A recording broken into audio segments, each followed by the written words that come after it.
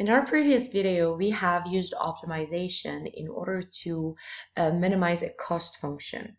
So, however, here we're going to be also using optimization in order to determine the maximum area that is possible under this curve.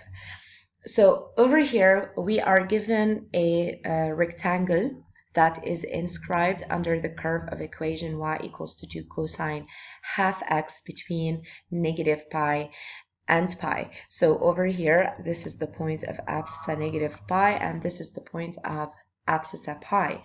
A and B are two vertices of the rectangle that are symmetrical with respect to 0. And they're on the x-axis, and the points D and C are the corresponding points on the curve. So, however, over here, I need to find the dimensions of the rectangle with the maximum area. So whenever they ask us to maximize or minimize something, now that's optimization. So over here, in order to know, now in the previous example, the one we've solved in the previous video, we were given the function to minimize. However, over here, we're not given the function. So in that case, you'd have to set up your function based on your given. So you choose your function based on what they're asking you to maximize or minimize. For example, here, they're asking you to maximize the area of the rectangle. So the function that you need to define has to be modeling the area of the given rectangle. So we agree that the area is represented by a capital A. So the area is our dependent variable. Now we need to write the area in terms of an independent variable that we need to find suitable according to the given that we have. So over here, just by looking at the area, at the rectangle for which we need to find the area. Now we know that the area of a rectangle is the length times the width. So I need to basically represent that independent variable using the length or the width of the rectangle. Now what do we have here? So it really depends on the given that we have. We're only given that the curve under which the rectangle is inscribed has an equation of y equals to 2 cosine half of x. So any point on that curve has its coordinates satisfying this equation of the curve. So over here, we just consider, for example, having point C here on the curve. If point C is of abscissa x, then the coordinates of point C would be x 2 cosine half x.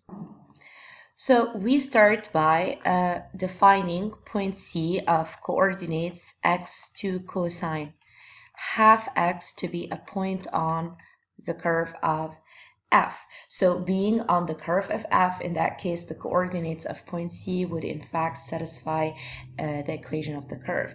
So I need to now give a domain for x. Now x over here being the abscissa of C, then you'd notice that x is in fact between 0 and pi.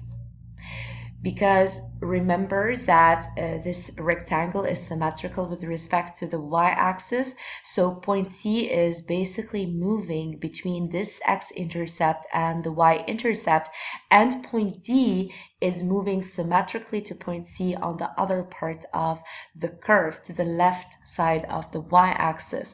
So x being the abscissa of C, then x is in fact between 0 and pi. So over here, this is the domain of the function we're considering here. So a of x in that case would be, so the area in terms of x, if OB is x, then AB is of length 2x. So the length is 2x, while the width of the rectangle being BC, that's 2 cosine half x. So simplifying that, that would give me a of x equals to 4x cosine half x for the area in terms of x, where x is between 0 and pi. So now we have set up the function. Now that we have set up the function, I need to maximize it. I need to determine the value of x for which a is maximum. So I need to determine the value of x such that a is maximum. And once I find the value of x that gives me the maximum area, I can easily determine the dimensions of the rectangle with that maximum area. So in order to find the maximum of that function, I need to first start by finding the first derivative. Now let me rewrite a of x here, which is 4x into cosine half x. I think that's it, right? 4x into cosine half x. Yeah. So a prime of x. Now a of x consists of the product of two functions, u times v. So the derivative would be u prime v plus v prime u. So u prime, the derivative of 4x is 4 times v, which is cosine half x, plus v prime times u. So that's plus 4x into the derivative of cosine half x is in fact negative half sine half x. And that is because the derivative of cosine is negative sine of that same angle multiplied by the derivative of the expression inside, and the derivative of half x is a half. That's the chain rule. So a prime of x is in fact cosine half x, 4 times negative half, that's a negative 2x sine of half x. So that is the derivative of the function a. Now, having reached this step, in order to determine where a is max, we usually have two methods to go for starting the first derivative.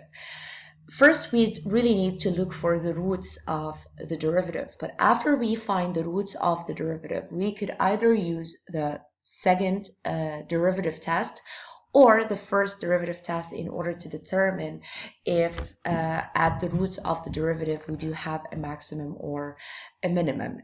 However, the second derivative test here is not really that practical because, as you can see, as we move from one order of the derivative to the other one, the expression is getting even more complicated. So finding a second derivative would not really make the work much easier. So this is why for this exercise, it's more practical to go for the first derivative test, which consists of setting up the full table of variation of the function. However, in the previous exercise, in the previous video, I have determined the minimum of the cost function using both methods, the first derivative test and the second derivative test, in order to show the difference between the two methods. So you could refer to the other video in order to see how both of these methods can actually be applied. However, over here I'm going to go for the first derivative test because finding, as I've mentioned, the second derivative using this expression is not really making the work easier. So I need to start by finding the roots of the derivative. Now, this equation is not really that easy to solve. So this is why if you have an access to a graphic calculator, you could use your graphic calculator in order to solve that equation and determine its roots. So over here, by just opening my calculator, we go for a graph. So over here we could just set up the function. So the equation is, of course here I'm graphing the derivatives because I need the derivative because I need to determine the roots of the derivative. So this is for cosine of 0.5x. So that's alpha with the plus here. You can see the x in red. Minus 2x. You need to make sure before you graph the function that your calculator is set to radian here. So that's 0.5x. So that is it. now I just draw, you can actually see that more or less we have the roots in our viewing window. So in order to determine the roots, we go for Shift G solve above F5, and then we go for root above F1. So the first root is negative 1.72. So x is negative 1.72, or x equals to the second one. It seems symmetrical, so yes, the second one is 1.72. Now over here, since we're considering x to be the abscissa of c, and c is on the right side of the y-axis, in that case the abscissa of c is positive, so we'd have to reject the negative 1. However, being symmetrical, so the negative 1.72 would actually be the abscissa of d. So x equals to 1.72 is in fact the root of the derivative here. And of course, whenever you use your GDC in order to solve a certain equation, whether graphically or whatever, you need to sketch the graph of the GDC. So this was the graph, as you can see it on the GDC. It has a root here of negative 1.72, another one here at 1.72, and then it has a maximum of 4. You can see that by replacing x by 0. This is 0, and this is 4 times 1, which is a 4, and you can retrieve the maximum from your GDC as well. So over here, this is the curve of y equals to a prime of x. So now we can proceed to setting up the table of variation. So we have x, we have the domain to be between 0 and pi. Remember that the curve is drawn between negative pi and pi, but x has a domain between 0 and pi, and we have 1.72 inside of that domain. We have a prime of x here, we have a of x here. 1.72 is a root of the first derivative. Now we can actually see, now this is the curve of y equals to a prime of x. We can see before 1.72, when x is smaller than 1.72, a prime is positive, while for x greater than 1.72, a prime is negative. We can, since we already graphed the derivative, we can actually see that. So this is increasing here, this is decreasing here. Now let's just look at the image of, by the way, in the previous video, the one on the cost function, when I was setting up table of variation, I placed an image of 0 for x equals to 0, while the image there was a 30. It was not a 0.